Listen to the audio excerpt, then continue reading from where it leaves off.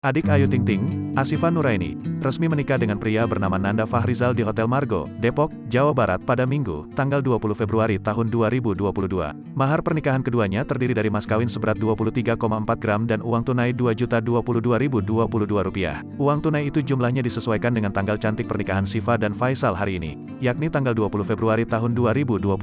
Dalam prosesi ijab kabul, Asyifa Nuraini nampak cantik mengenakan kebaya berwarna putih, sementara Nanda Fahrizal tampil dalam balutan setelan jas berwarna senada. Suasana haru menyelimuti saat ayah Syifa, Abdul Razak, menikahkan putrinya itu dalam sebuah ijab kabul. Ananda Nanda Fahrizal bin Muhammad Yunus, saya nikahkan dan saya kawinkan engkau dengan anak kandung saya, yang bernama Asyifa Nuraini dengan mas kawin seperangkat perhiasan emas seberat 23,4 gram dan uang sebesar Rp2.022.022 dibayar tunai, kata ayah Rozak, dalam prosesi ijab kabul.